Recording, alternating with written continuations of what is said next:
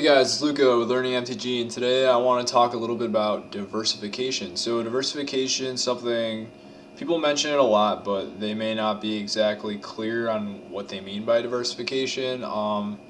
It's because it's a pretty complicated topic. I think there's a lot of different reasons to diversify, and there's a lot of reasons when you might not want to diversify. So let me just get into it. I'll just talk, just some random thoughts that I have about it. So one of the things that I remember learning when I was really young was, if you've got some fixed amount of perimeter, let's say you've got 16 perimeter, the way to maximize the area inside of a rectangle is to make a square. If you make a 4x4, you're going to have an area of 16, but if you make, like, I don't know, a 2x6, is it 6? Yeah. Then you only have 12. Or if you make a 1x7, you only have 7, right? These are all using the same amount of perimeter, but you get the most when you have even length and width, and that's just the nature of multiplication, really. So how does this pertain to investing? In investing, let's say you have 8% return to split between 2 years. Would you rather have 1% return the first year and 7% the next year? Or would you rather have 4% the first year and 4% the next year? Well, it turns out, similarly as to before, this is kind of like a perimeter and area problem. If you have a fixed amount of returns, you want to even them out between your years. So basically, if you have two assets that have similar average returns, you're going to prefer the asset with more like averaged returns every year, that don't fluctuate wildly every year.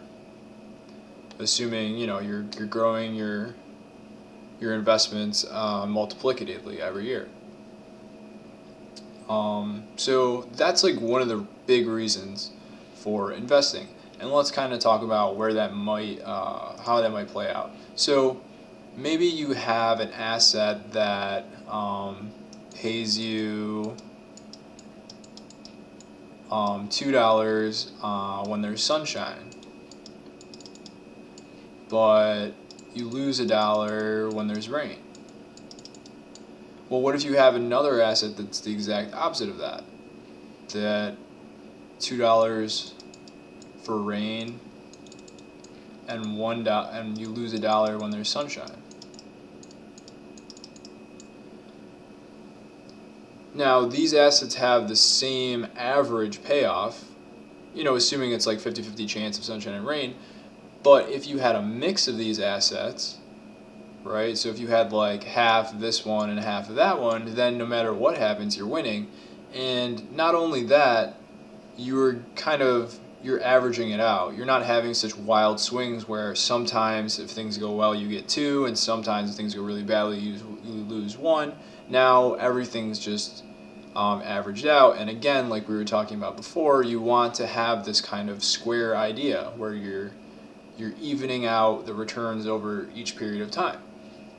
So that's one of the ideas behind diversification, is like, okay, can I find assets that are like oppositely correlated to each other and kind of even out the lows of each other? So for example, people will say something like, okay, Bitcoin is a hedge against the market or whatever, or a certain government. So like if your government messes up and ruins the value of the dollar, then Bitcoin is there to save you.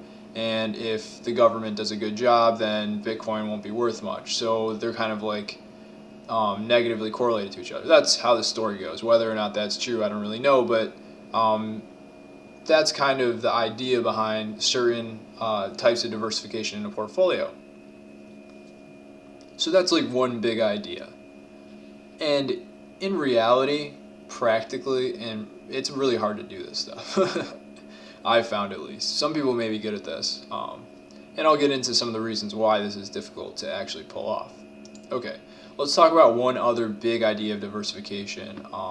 And this is one of the things you study in economics, which is like utility theory. So like, what if I gave you the choice between two different bets? Okay, so here's one bet. 50% chance you win $1 million and a 50% chance you win $2 million.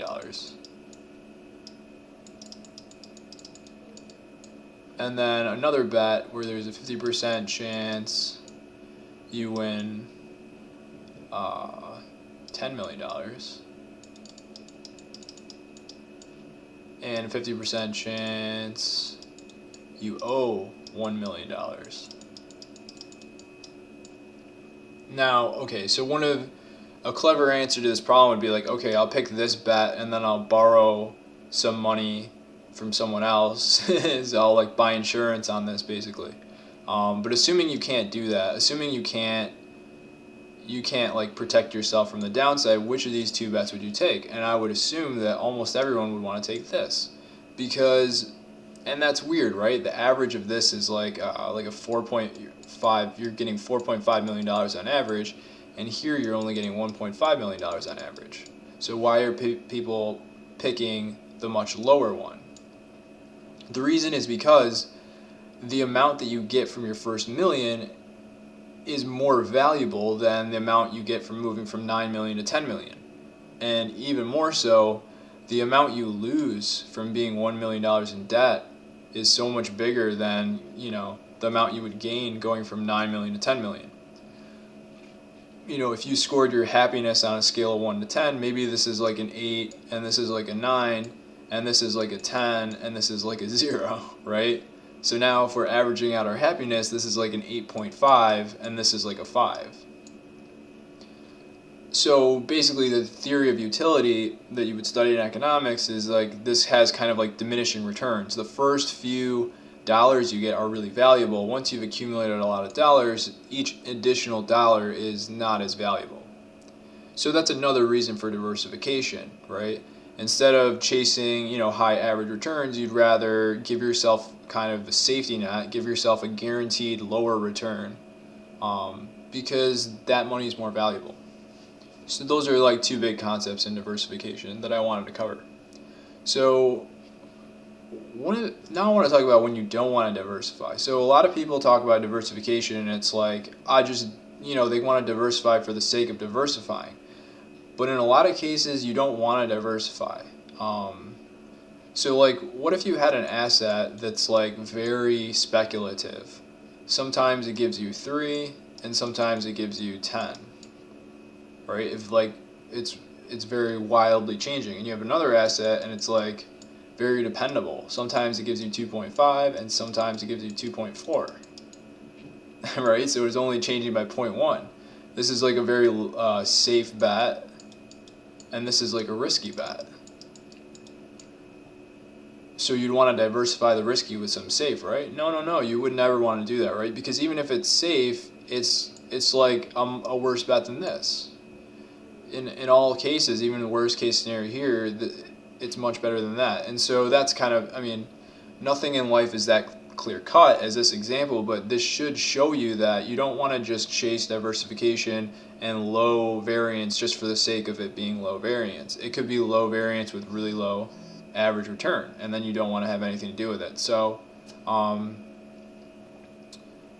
basically, diversification works if the assets that you're diversifying between are have close enough average returns to each other, or they're all about the same quality.